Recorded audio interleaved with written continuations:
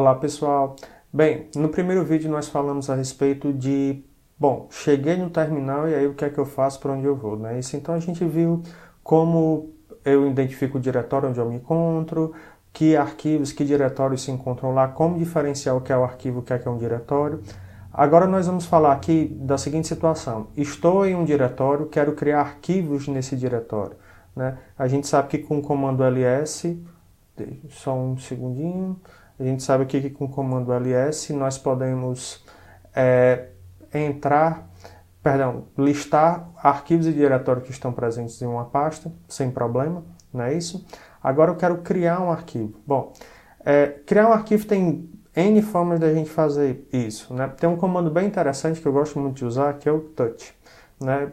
Coloco touch, posso colocar o nome de um arquivo, por exemplo, teste.txt, certo? E aqui um arquivo foi criado. Se eu der um ls, aparece aqui o teste.txt para a gente olhar. André, eu quero editar esse arquivo. Como é que a gente vai fazer? Via terminal. A gente tem editores gráficos, a gente pode usar sem problema, né? Eu estou aqui no Xubuntu, eu posso usar todos esses grandes editores que a gente trabalha hoje em dia, né? Posso usar um Atom, posso usar um VS Code, posso usar vários. Mas eu quero focar aqui especificamente em editores de editais, ou seja, em editores de terminais, desculpa. Os editores de terminais são aqueles editores que você utiliza o próprio terminal para poder fazer essa edição. Existem vários. Tem o VI, o clássico, que é muito bom, muito conhecido por várias pessoas. Tem o Vim, que é uma variação do VI. O VI foi criado lá para o Unix.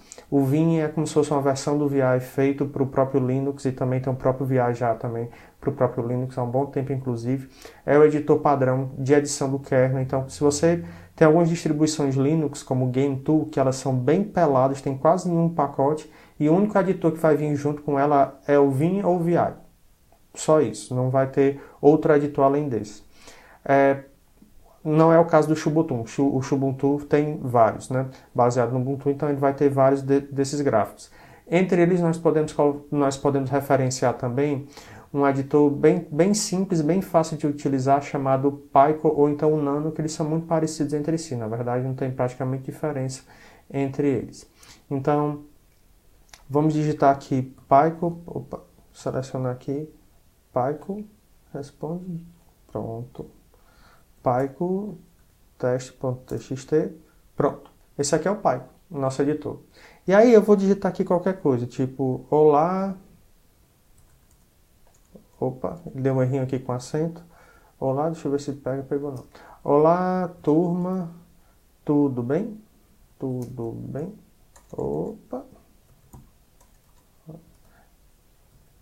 Estou com um delayzinho aqui entre digitar e a resposta aqui do VirtualBox, que ele está engasgando aqui um pouquinho. E acho que é por conta da gravação, né? Que eu estou gravando tela, estou gravando câmera, gravando, e o próprio VirtualBox rodando, a máquina está sentindo um pouquinho isso. Mas, enfim, feito isso, o que é que eu tenho que fazer para salvar? Para salvar aqui as nossas informações, a gente pode dar uma lidazinha. Para saber os comandos que eu posso utilizar aqui no Pyco, a gente pode dar uma olhadinha aqui nessas informações que eu tenho aqui embaixo, né? O que é que ele diz? Olha, se eu digitar esse circunflexozinho que tem aqui, significa CTRL. Então, se eu digitar CTRL G, ele vai me mostrar um help. Se eu digitar CTRL O, ele vai escrever numa saída.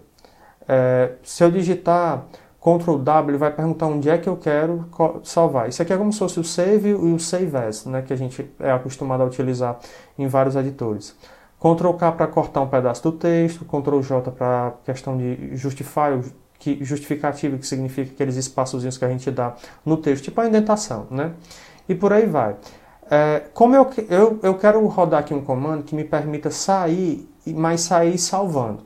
E isso vai ser o nosso Ctrl X. Ele vai servir para a gente fazer isso. Então, se eu digitar aqui Ctrl X, ele vai me perguntar: olha, tem modificações no buffer, ou seja, tem alterações que foram realizadas. Você quer salvar? E aí você digita Y para OK. E aí ele vai perguntar se você quer confirmar aqui que é nesse arquivo mesmo que você está querendo salvar, tipo no arquivo teste.txt. Aí você digita Enter, tá tudo certo e a gente fez a alteração. André, como é que eu posso fazer para verificar se a atualização que eu fiz no arquivo realmente foi salva direitinho, se está tudo certo? Eu vou ter que abrir de novo no Python? Bom, o Linux ele tem alguns comandos que nos permitem, digamos assim, auditar arquivos, observar arquivos sem ter que abrir ele no editor. Então, um comando que eu gosto muito de utilizar que é o less, onde você digita, por exemplo, less.txt, ele dá o conteúdo aqui do arquivo. Para sair do less, você pode digitar o comando q, né, e ele sai do less. Tem um outro comando bem legal que o pessoal usa muito, que é o tail, né? Tail. E aí o tail ele já joga aqui no terminal a saída do arquivo. Na verdade o tail, tail para quem se liga em inglês significa cauda, né? Quem gosta de Naruto, por exemplo, né, tinha a raposa de 9 caudas, Nine Tails, né? O que é que significa, por que o comando se chama cauda, tail? Porque o tail ele vai mostrar, na verdade, no máximo as últimas 10 linhas de um arquivo. As últimas 10 linhas. Ele é muito utilizado, por exemplo, para vistoriar arquivo de log. Então, deu algum problema, deu algum erro em algum sistema, ele saiu do ar e você quer ver o log do sistema para ver o que aconteceu. Você chega lá no arquivo de log, você dá um tail, e ele mostra as últimas 10 linhas e você vê se está por ali o que causou o erro. É comum a gente encontrar dessa maneira. Então ele é bem prático esse comando, ok? Para esse tipo de funcionalidade. Então, aqui do lado, vamos ver aqui nos nossos slides. Está aqui o comando Python que a gente falou, o less, o tail que a gente acabou de falar. Tem um comandinho aqui interessante, que é o RM, que é o de remoção. Quero apagar um arquivo, como é que eu faço? Né? Se eu der aqui se o meu editor me ajudar, eu dei um ls, está aparecendo aqui teste.txt, né? Eu quero remover esse cara, então vou digitar rm, teste.txt, enter, e vamos ver se ele ainda está aqui. Tá não. Que bom, né? Que bacana. Então, para finalizar, pessoal, vamos passar o exercíciozinho desse nosso segundo vídeo. Perdão, desse nosso segundo vídeo sobre terminal, né? Quais editores usados via terminal foram citados durante a aula? No início dessa aula eu falei de alguns editores, né, que a gente pode utilizar via terminal, né? VI, Python, Nano, já estou até dando bizu aqui agora. Se vocês, por favor, se lembrem de fazer a resposta dessa pergunta naquele esquema que a gente comentou já em vídeos anteriores, né?